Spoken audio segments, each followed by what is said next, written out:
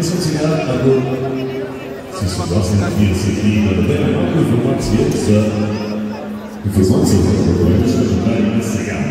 Още от началото, когато Тони чу нейните песни, много хареса гласа им.